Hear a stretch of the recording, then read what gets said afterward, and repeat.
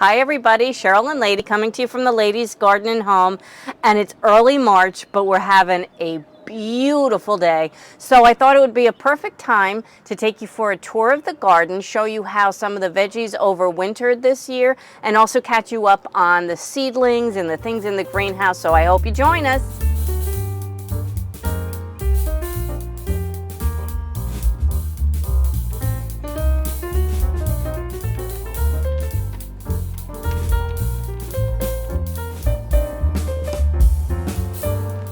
It is so beautiful today. I can't get over it. It got up into the mid-60s today. For the next 10 to 14 days, according to the long-term forecast, we are expecting 50s during the day and 40s at night. That's Fahrenheit, and a lot of rain, which to me is very, very April-like weather. We could get still a frost or even a freeze. And if that's the case, some of the things that I'm planning on planting in the green stalk and out in the garden, I'm gonna have to protect them with some frost cloth or some of the plastic row covers. But for now, I just wanna show you what's been cooking in the ground over the winter and also bring you up to date on my seedlings. So let's go get down in the garden. That sounded funny. So coming down into the garden, in this bed here were some carrots that I just literally scatter casted the seeds from their flowers in August. And as you can see, they made it through. I had it under plastic cover. I just took it off today and I started thinning some carrots out. And actually got a nice little handful of baby carrots that I could use in soups or something. So that was fun. Broccoli rabe right here. That made it through. In this bed, here's the Swiss chard. The Swiss chard is now 3 years old. I don't know if it'll come back. It's supposed to only be biennial, so it might go to flower this year. Some carrots growing, but not too much because this is my medicinal flower bed, and this is where I had the calendula and some borage and chamomile last year, and I'm really trying to fill this out with some more medicinal flowers. And the lavender hedge came through very nicely. It loves the winter. It has no problem, and it's such a pretty accent to the garden in the winter. Coming over here to St. Francis's spring bulb bed, as you can see, we've got some of the bulbs starting to come up. In here I planted crocuses, snowdrops, daffodils, tulips, irises, hyacinth. So I'm hoping I'll get some very nice color. And I just mulched it with a layer of soil, potting soil. And when I had planted this in the fall, I had put this chicken wire down over the bulbs after I planted them, of course. And that was to keep the squirrels out, and I think that worked. But I also needed to cover that with the soil just to make it look nicer. Uh-oh. Sorry, St. Francis. There you go. Over here is Mary's rose garden, and I had put in some tulips here too, so those started sprouting. I had covered them with frost cloth, and that kept the squirrels away. I'm hoping the squirrels won't go after them now that I took the cloth off, but as you could see, they were kind of yellow, and we want them to be nice and green and photosynthesize and all of that. And then on this side of Mary, I showed this in another video, is where well, you see all those seeds there? It's because I've been feeding the squirrels and the birds in that container over there, and they're just making a mess. But in here is also where I sowed the poppy seeds. The roses are looking fine, except for this one and the one that was in here, which I'm also using to feed the birds. And the two plants just completely disappeared. I have no idea what happened to them. It's not like, I don't know if they were pulled out by something, but they were gone. Just gone. I mean, you'd think that if it died, it would be sticks. Anyway, they disappeared. Over here, behind the school teacher statue, she always reminds me of my Aunt Lucille and me when I was a little girl and she used to read to me. We've got the butterfly bush, which did not completely die back this year. Last year it did, but this year it didn't. Of course, we had a much milder winter. And then the two blueberry bushes. They have a lot of new growth and they're budding up. And I know you're supposed to prune the dead branches, but I don't see any dead branches, so I'm not going to be pruning it this year. And then around the pot is where I put more poppies. So we'll see when they come up, hopefully. In this bed, I had set out a bunch of my pumpkins from Halloween, and all but this one were completely eaten to the point where you don't even see them anymore. I'm doing the big reveal for this group of grow bags where I put some brassicas in this fall. Let's see what made it through. Okay, we've got a broccoli rabe. Oh, purple sprouting broccoli looks like something got in and ate the head off of it. I don't know, maybe it'll still get side shoots and things. This was another purple sprouting broccoli. That did not make it. Neither did that broccoli rabe.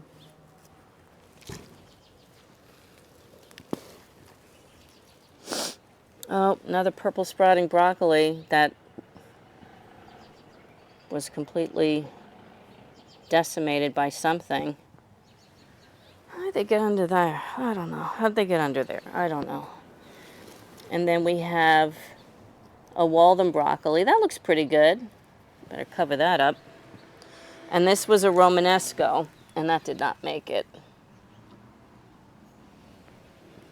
And I covered only the front up because that's the only ones that lasted, but all is not lost because I have some potatoes chitting inside that I will plant early in these bags.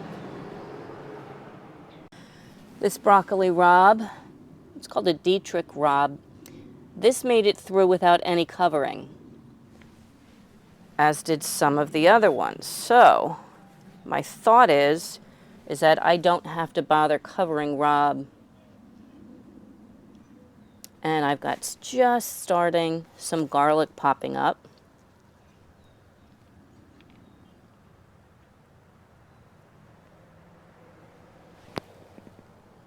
Under this plastic, I had a couple of cabbage plants. Let's see what happened to them. I know two of them died before. Oh, this one's still alive. That's good. That's a golden acre cabbage. Oh, more garlic coming up. But I'm going to leave this cover on, even though nothing is underneath it except the garlic and this one cabbage, because I'm going to warm the soil. This plastic is going to help warm it up, and I'd like to prep it for an early planting of my onions when they're ready to come out. And this broccoli, well, it made it through the winter, although it had fallen over and it started getting eaten by the rabbits. But as you can see, it's still putting off little tiny broccoli shoots. So when I'm ready to plant the onions, I'm going to take it out, but we'll leave it for now. I'm going to check these grow bags now. I have more brassicas in here.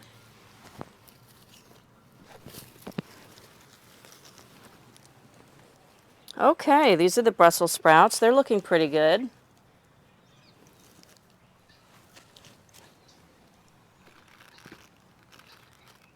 No sprouts yet.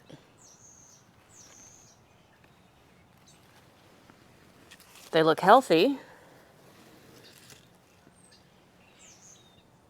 And this deer trick broccoli rabe that was covered. If you notice, it's much bigger than the other one I just showed you. That's quite a difference. This is another broccoli rabe.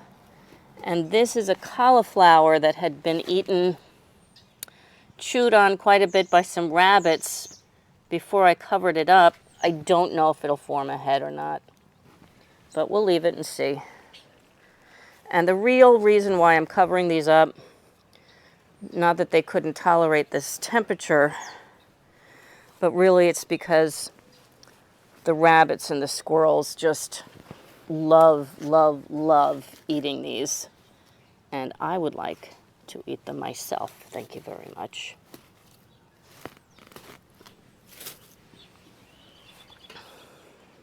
This bed here, I had some carrots growing over the winter, which I harvested in February, so that was pretty cool. But we've got another broccoli rabe, and then under here is a cabbage that I hope made it. Ooh! All right, so it has a little bit of insect damage, but at least it made it through. That's a red acre cabbage.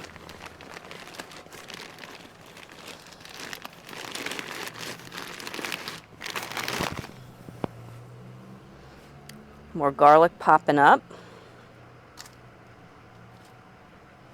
And this, what was this again? Oh, a broccoli rabe. Nice. All right, well, I'll take the cover off of that. Doesn't seem like the squirrels don't like broccoli rabe that much. And in the center bed here, I took the cover off. This is the celery patch, and the celery did really nicely all winter. I was very pleased, including some of the celery that didn't make it underneath the cover. And these are all tiny seedlings from where the mature celery's flowers drop their seeds. Here's another broccoli rabe. And here are some beets that I let overwinter, and we'll see if they'll grow. I planted these late spring, I guess. They never did anything, but I didn't pull them. I just wanted to see if I could get a harvest this spring of them.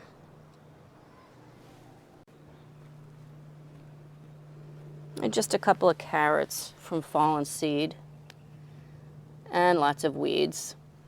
But a lot of the weeds are actually celery, which makes me very happy. And this is very exciting. This was fennel that I just cut off at the stem, and it's growing back. So I'm very excited about that because I did not start, oop, there's another fennel. Excellent. Because I didn't start any this spring, and I thought maybe it was getting a little too late, so now I don't have to. Say hi, Fluffer. He's usually sleeping. He's not sleeping right now. But over here is where I have my heating mat. So these are my nasturtium. I've got them on the heating mat over here, my little heating mat station. They haven't sprouted yet. They've probably been there about 10 days, so hopefully soon. And then coming over here, just a fig named Sue. I don't know if this was good or bad for the plant, but I kept it in a sunny window instead of letting it go dormant completely over the winter, and it started to leaf out in January. But look at it now. It's looking really, really good. It's growing quite a bit. And I will put this out when the nights are in the 50s or so. Then I've got my 4-year-old basil plant. That's doing well and giving us basil. I finally remembered the name of this plant. That's the calancho. And I've got some polka dot behind there. I used to call it pocketbook, and I think I just misheard it when somebody said that. But this is actually called polka dot. And these I propagated in the fall, if you remember that video. And then here in my little seed starting station, where I have tin foil here to give it a little extra reflective light. I've got this on my south-facing, very sunny window. But I also have lights for those dim days in the winter, but also towards the evening.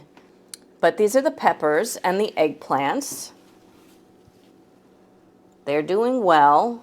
They'll need to be potted up at least once, maybe twice, before I put them out in the summer. These are completely intolerant of frost. Over here, I've got cabbage, broccoli, and I'm going to need to pot these up soon. They're getting a little tangly into each other. I've got some things coming up for my medicinal herb bed. I've got feverfew and comfrey. Look at that tiny little baby seed. And then I've got blue milkweed here. The orange milkweed I have in the greenhouse because that could use some cold apparently. Leeks are coming up nicely, and chives. And then over here is the hibiscus, and I noticed just today this wilting, and if you take a closer look, you'll see it's starting to get aphids. I don't know if you can see them. You see that little yellow dot? That's an aphid. So I think I'm just going to frankly give up on it at this point. I've tried hibiscus so many times. Anyway, I might try reseeding it. Then down here I've got more peppers and some arugula. Only this one has sprouted so far. More peppers and some spinach. This spinach was left over from a disaster when it fell off of this doohickey here. It was actually a little mini greenhouse that I just put on top of this table.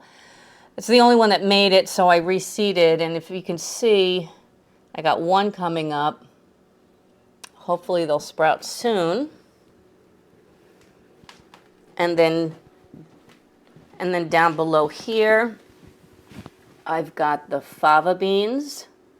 In England, I believe they're called broad beans. And sweet peas. They're starting to get pretty tall.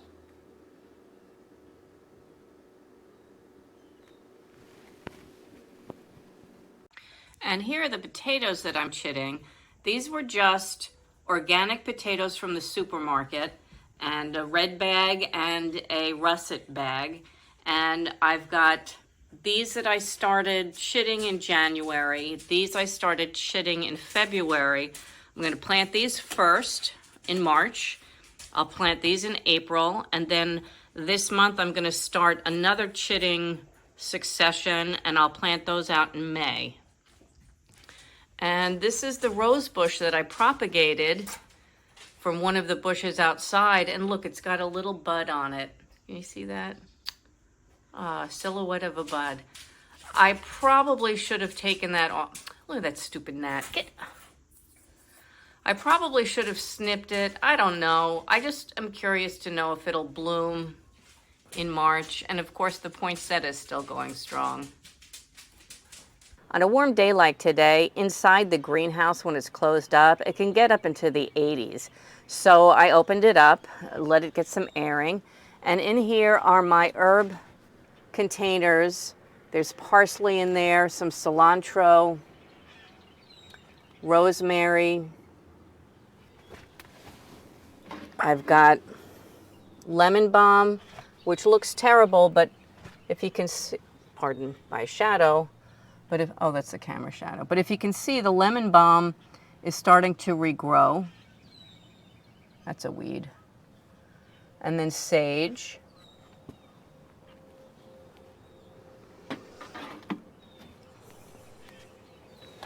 And then here's another herb container.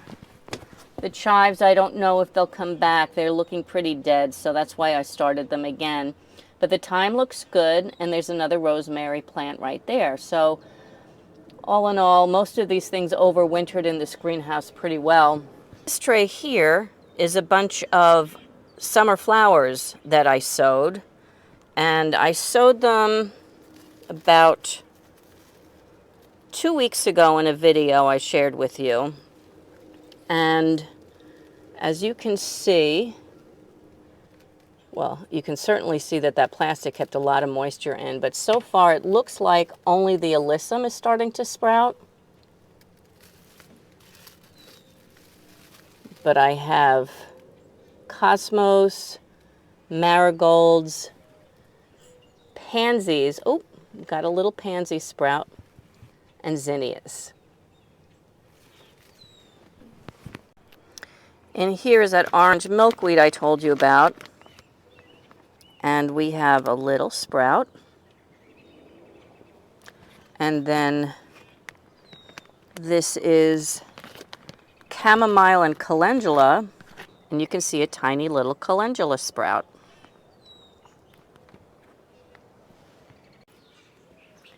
I can't get over how sunny it is and how bright and beautiful. And I'm just going to quickly water these pansies. They've been in the greenhouse, and when it's cold and damp, they don't really need much water. But on a sunny day like this, they dry out pretty quickly. And these are the escarole and the lettuce that I started back in January. And I'm going to get ready to plant them this week in the green stalk. But, you know, I bought them water so they can't get overwatered. If you put the water in the bottom of the tray and let the water absorb through the soil, and you only leave it in about, 2 hours, then they really can't get overwatered. But these I'm going to just water overhead. We've got a tiny bit of growth happening in the catnip and the oregano. Just starting. And then in these deck containers, if you remember, last fall, I direct seeded some spinach. And without any covers on them, they made it through the winter, although very, very tiny. So I'm hoping that they'll start taking off soon. And yes, I still have my Christmas lights up. I still have the strawberry patch covered. I mean, we still could get snow. So I'm going to leave this like this, but as you can see, the strawberry is greening up very nicely.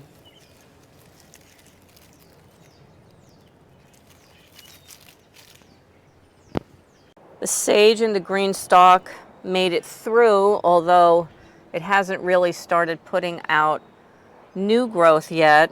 And then a lot of the things that I had planted in here in the fall, like the lettuces, didn't make it. But we do have some spinach that's holding on. And just like the spinach is in the other container, I'm hoping they'll start really leafing up soon. The Swiss chard was looking really, really terrible, but just recently started getting more growth on it. So I'm going to be putting those lettuces in here and the escarole. I'm also going to be direct seeding some more spinach in the holes that are left. I just wanted to mention that I put together a playlist of all of the videos that I've done so far on seed starting and seedling care. And the playlist is called Seed Starting and Seedling Care, which I will put at the end of this video if you're interested in how I do all of that. That's kind of why I haven't taken you through too much of my sowing of seeds inside, because I did quite a few of those videos in the past. So check those out. And I hope you enjoyed this video. If you did, please give it a like. And I hope you join us this spring. You subscribe and you hit that little alert bell. And from the Ladies Garden and Home, enjoy your gardening journey. Bye!